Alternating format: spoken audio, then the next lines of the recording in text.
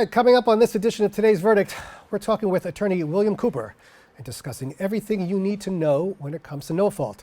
Next up, the New York Legal Assistance Group is here and explains their free estate planning services that help New Yorkers protect their assets.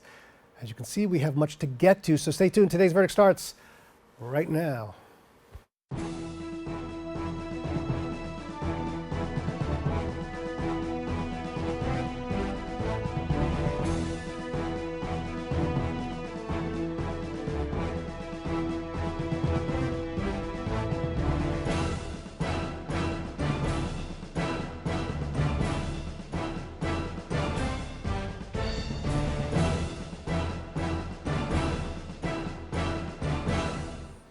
All right, hello and welcome to Today's Verdict, the interactive show that gives you your legal rights and options. I'm your host and trial attorney, David Lesch. Well, Today's Verdict is always encouraging you to stay connected.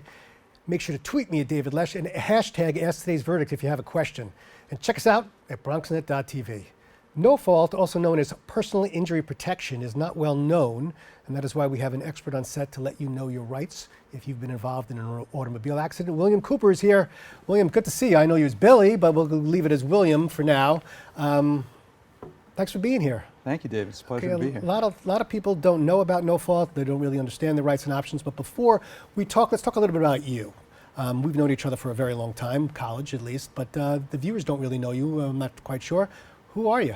Thank you. I appreciate that. Well, I am also a trial attorney. I've been doing personal injury work for about 34 years now. We represent people in the Bronx, in Westchester, and the surrounding areas. And in my practice, all that we do is represent people who unfortunately have been injured in some type of accident or occurrence. I grew up locally. I grew up in Westchester County in Mount Vernon. I've spent a lot of time in the Bronx and all of the boroughs. So I enjoy what I do. I like representing people. I like to share information such as what we're talking about today. So it's really a pleasure to be here. Thank you. So it's our pleasure. All right, so let's get right into it. Because a lot of people don't understand what no fault means. No matter whose fault it is, somebody's going to pay bills, correct? Maybe you can explain it a little bit. Sure, thank you. So we get calls, as I know you do, all the time from people in New York who have been involved in some type of automobile collision, an accident. And when they call up, inevitably they say to us, who do I go to? Who's going to pay our bills? I was told that the other car's insurance will pay. If I'm in a bus, I was told maybe I can't be covered at all. I don't know what to do. So it's very important that we have that conversation with them and talk to them about the no-fault insurance law. And the first thing that we always share is that what no fault essentially means is no matter whose fault the collision was, that's where they get the term, no matter whose fault the collision was, the insurance company of the vehicle you were in, usually your own insurance, pays for your medical bills dollar for dollar. That's the law. And when they hear that, their temperature comes down, they realize they can get the care and treatment they need, and then we can actually have a productive conversation. And by the way, it doesn't even matter whether you're in the vehicle or not. I mean, you could be on a bicycle and be hit by this particular vehicle, am I correct? And you could also look to that vehicle for the insurance. Very much so. So we always say if you're a passenger in a vehicle, if you're a pedestrian, if you're someone who's just walking around, if you're on a bicycle, or if you're a driver, all of those people are covered under the no-fault law. There's very few people in New York who are not covered. Some of them who are not include people on motorcycles. There's a carve-out for that, so that does not apply to them. But interestingly, e-bikes, which are now very popular, and we see them all over the place, e-bikes usually do constitute a bicycle, so 9 times out of 10 they are covered under no fault. So that's something to be aware of as well. It's interesting that you would have an e-bike covered, but you wouldn't have a motorcycle covered, and they're both fairly dangerous, which is why we don't extend no fault to motorcycles, and we'll talk about serious injury in a second. Let's get back into the application itself, right? You're going to apply for no fault benefits. You have a certain amount of time to do this? So you have 30 days from the time of the collision to submit a no fault application. That's a really short amount of time. It used to be 90 days, which was tight. They changed it a few years ago, so now every single person, again, driver, passenger, pedestrian, bicyclist, you only have 30 days from the time of the occurrence, from the time of the accident, to submit your no-fault application. If you're not timely, technically the insurance company can turn you down. So what do you do if you're one of those people who gets involved in an accident and you're on the bicycle? You don't know, I mean, you finally get the police report, you're not really sure who the insurance company is.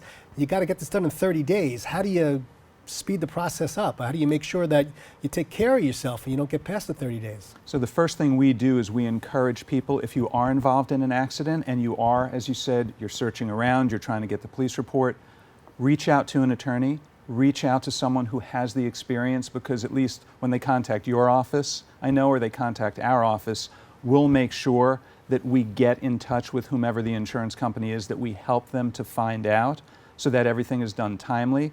We have also found, interestingly, in our practice, that one of the only times that insurance companies are a little bit flexible, they're not usually, but they're a little bit flexible with the no-fault application if it's past the 30 days, if the individual had no knowledge as to who the insurance carrier is.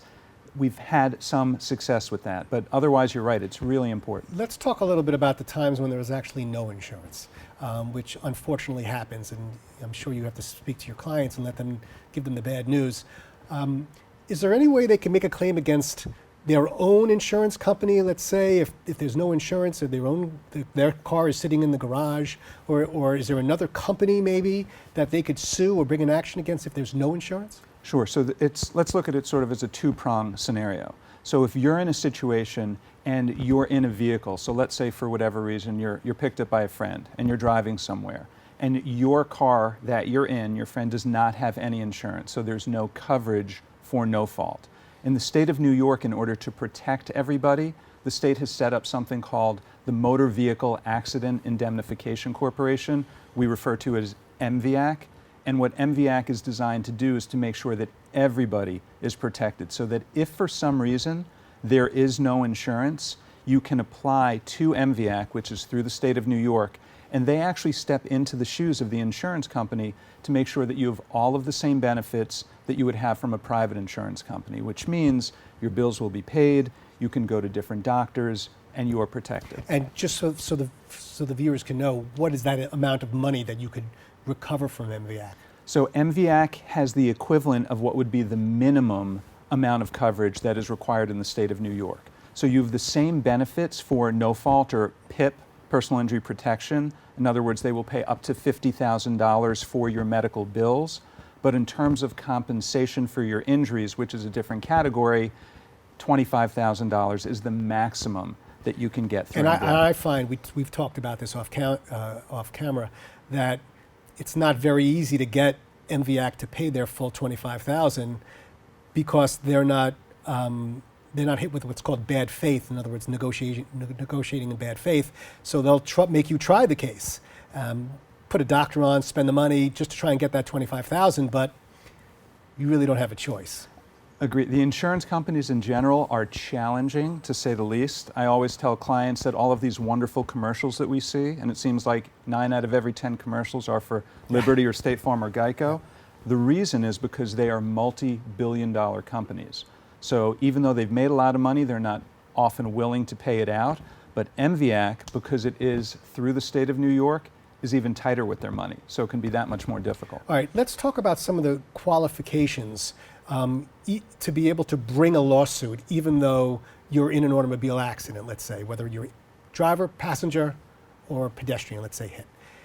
Just because you're injured and you're hurt doesn't necessarily mean that you're going to be able to recover. Am I correct? 100%. So one of the most common misconceptions, as I'm sure you hear all the time, is people will call you up and they'll say they were involved in an automobile collision or some type of accident and they could have been hurt, or they have neck or back pain, but it's really difficult to run to the doctor, so I'm not going to do that. Can I still get money? Because trust me, I was hurt. And the answer in New York State is no. We have what is called a threshold, a certain level of serious injury which everybody has to have under the no-fault law in order to qualify, in order to be allowed to get money for their injuries. So if you don't have what's called a serious injury, even if you did nothing wrong. It doesn't matter who's at fault. Regardless of you fault. hit in the rear, were sitting in traffic, did nothing wrong, you got hit. If you don't have that serious injury. If you don't have the serious injury, you're not entitled to anything. So the logical question that is the follow-up is, okay, Mr. Cooper, okay, Mr. Lesch, what does that mean? What is a serious injury? And the state of New York gives us certain categories, and we have to fit into at least one of those categories to qualify. Some of them are very obvious, if there's death or dismemberment or disfigurement, things like that.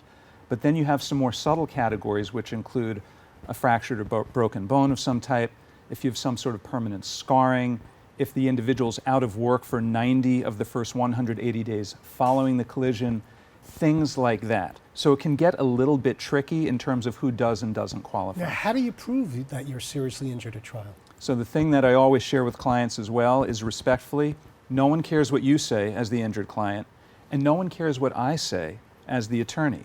What they care about is what the medical professionals say. So if you go and get the proper care and treatment, and if the test results show what is wrong with you, at that point then we as the attorneys can present that as evidence and say, listen, Mr. Smith or Ms. Jones, don't take their word for it. Don't take our word for it. Here's what the test results show. Here's what the doctors have to say. And then we can prove that threshold or serious injury has been met. Do you have a fair amount of automobile accident cases in your office? I know automobiles are safer now with airbags and braking mechanisms and different things, but are you still seeing automobile accident cases? Quite a few. So the first 15 years or so of our practice, I would say that 90% of our contacts were based on some sort of automobile or vehicle collision. Over the past 20 years, now it's probably about 60%, so it's still a good portion of it. And we are dealing with this on a daily basis. And people truly have no knowledge or understanding as to whether they can or cannot be compensated. And an automobile is a weapon. I mean, that's the first thing you learn when you get your license and you're younger. It's a weapon. You can really get injured. Anything you're working on now that you find interesting? That you any types of areas of the law? Yeah. So there's a couple of things that we like to focus on and that we share with people who are always contacting us. One of them is the area of construction law. In other words, people who are on construction sites or on job sites. We find that very frequently, and many people can relate to this because they either have friends or relatives or people they know who are working at a job site and they're not provided adequate or safe protection. And inevitably what happens? Someone's working on a ladder, someone's up on a scaffold, someone's working at a height, they weren't provided with any protective devices, and unfortunately they fall from a height.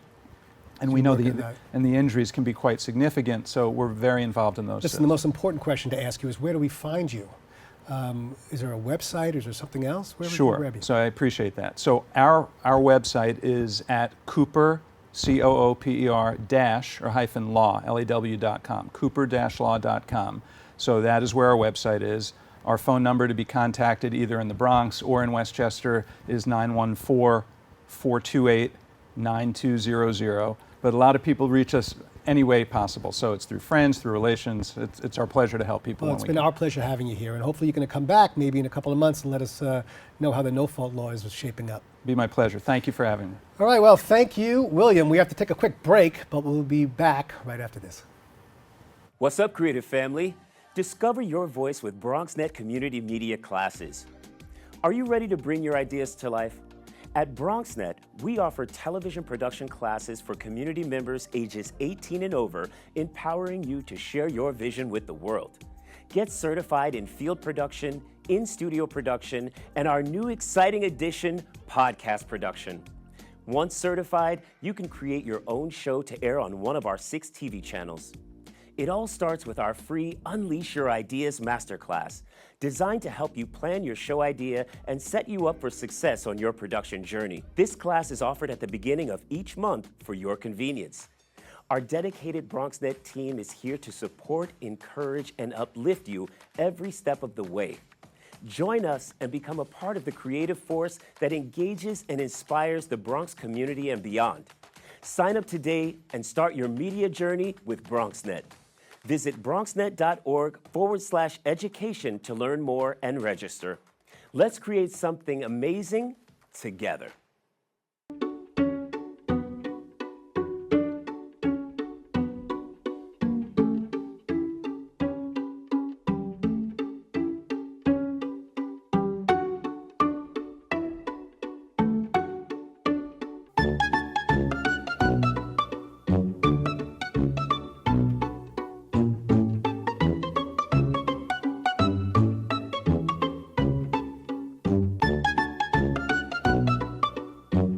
19.7% of Bronxites currently experience food insecurity. Meanwhile, instead of these nice, colorful foods, this is the best food that they have access to. If this sounds like you, there are a bunch of resources to get healthy food for free or cheap. If you want to help, you might consider donating or volunteering in one of these places. Community fridges like this one are all over the city and allow New Yorkers to conveniently donate extra food to people who might need it. Go to this link and find your nearest one. Food banks and pop-up events like these provide millions of healthy meals to families in need. These organizations are distributing meals to Bronxites as we speak and are always accepting donations and volunteers.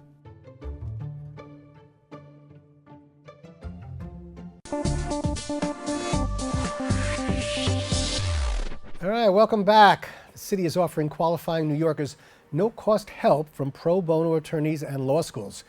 You can be given advice when it comes to drafting wills, creating powers of attorney, and filling out healthcare proxies. To tell us more about this, we have Erin Shahinfar from the New York Legal Assistance Group. Erin, how are you doing today? Good, thanks. Thanks so much for having me, David. It's our pleasure. Estate planning. Just, I have elderly parents. It's hard to just get anybody, at a certain age to even talk about the fact that they should be looking at their estate. Do you find that as well as you've gotten into the community that it's not the easiest conversation to have? Absolutely. Yeah, it can be challenging for people to talk about. Nobody wants to contemplate, their own passing. But it can be so important, and I really, often the people who come to me are people who have been through kind of like estate planning disasters themselves. And once they've seen kind of what happens if there is no estate plan, they're like, I don't want to repeat that, for myself. And by the way, there are people in the communities who have been taken advantage of. It's certainly in the poorer communities. I've heard of deed stealing. Yes. Maybe you could tell the viewers a little bit about that. Yeah, so without an estate plan, there's possibility where, your property, especially real property like a house or apartment, can pass just to, your heirs at law. And this can lead to a situation where there are many, many people who own a piece of a property, like a 16th of a property. And that can make the property much more vulnerable to deed theft, where a developer or somebody else comes in and buys this small interest, and then they can try to force like a partition sale where basically the house has to be sold and the money distributed to all these different heirs. Although there are new laws now that kind of create more protections for heirs, but still, it's not an ideal situation, and it makes a property much more vulnerable and a family more vulnerable. How common is it to have somebody knock on your townhouse and basically tell you that they're going to make you an offer or do something? Are the predators out there?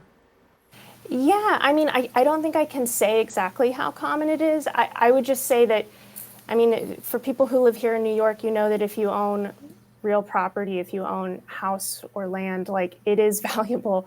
It's only appreciated, it just continues appreciating. So I think it is pretty common, pretty frequent. All right, let's talk about some of the services that your company offers.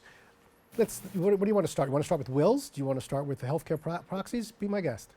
Sure. So yeah, we offer, so in terms of like our estate planning services, we're focused on serving low-income New Yorkers or New Yorkers of modest means who can't otherwise afford a private attorney.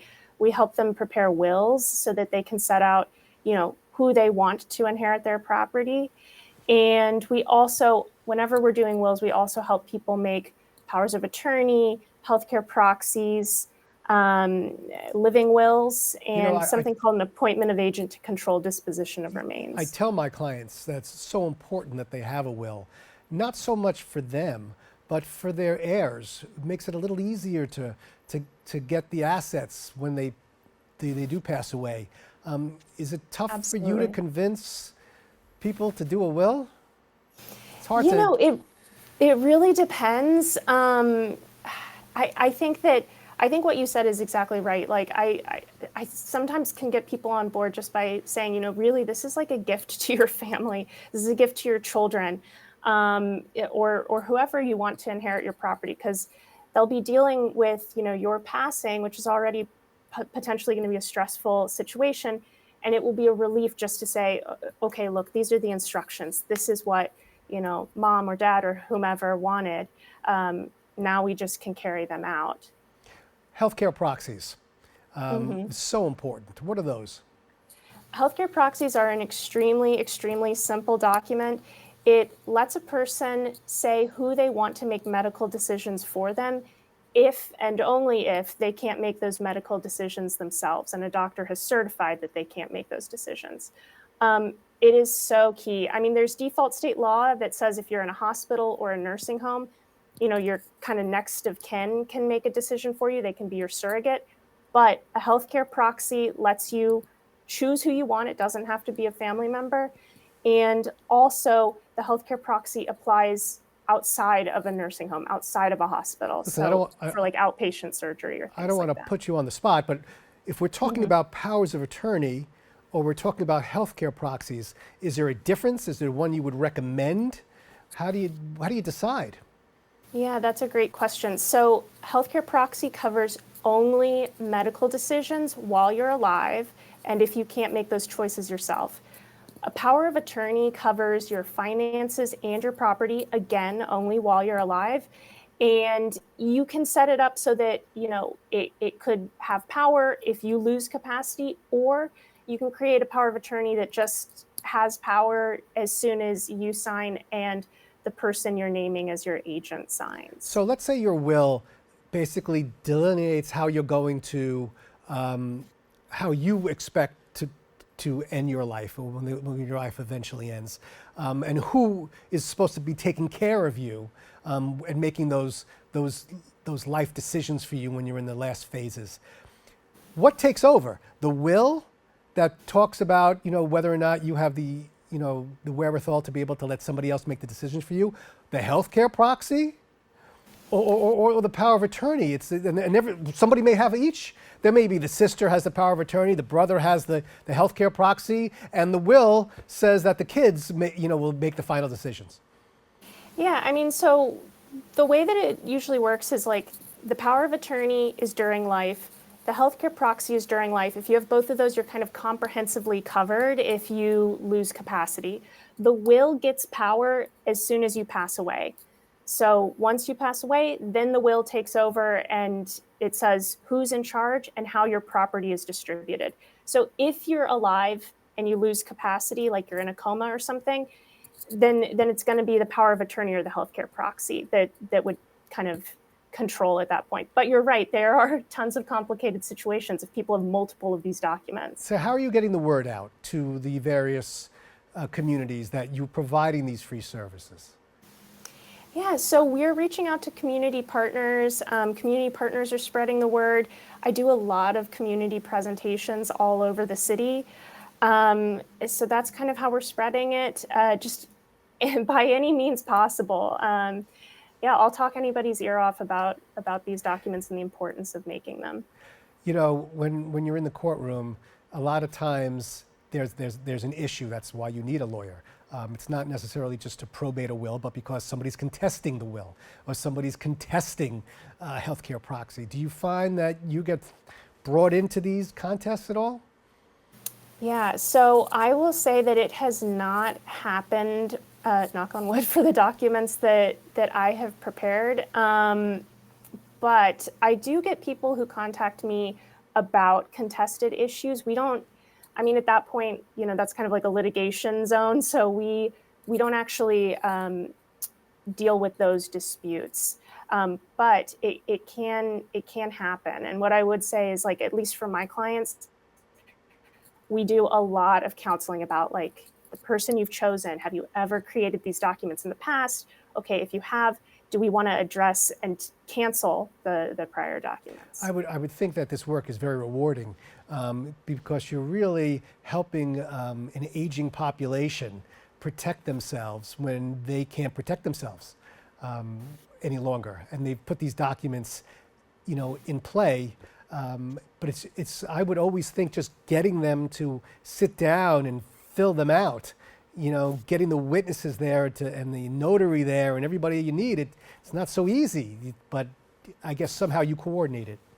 Yeah, it does. Scheduling is sometimes an issue for sure, especially for older people, who may not be able to travel. I do make home visits for some clients who are very ill.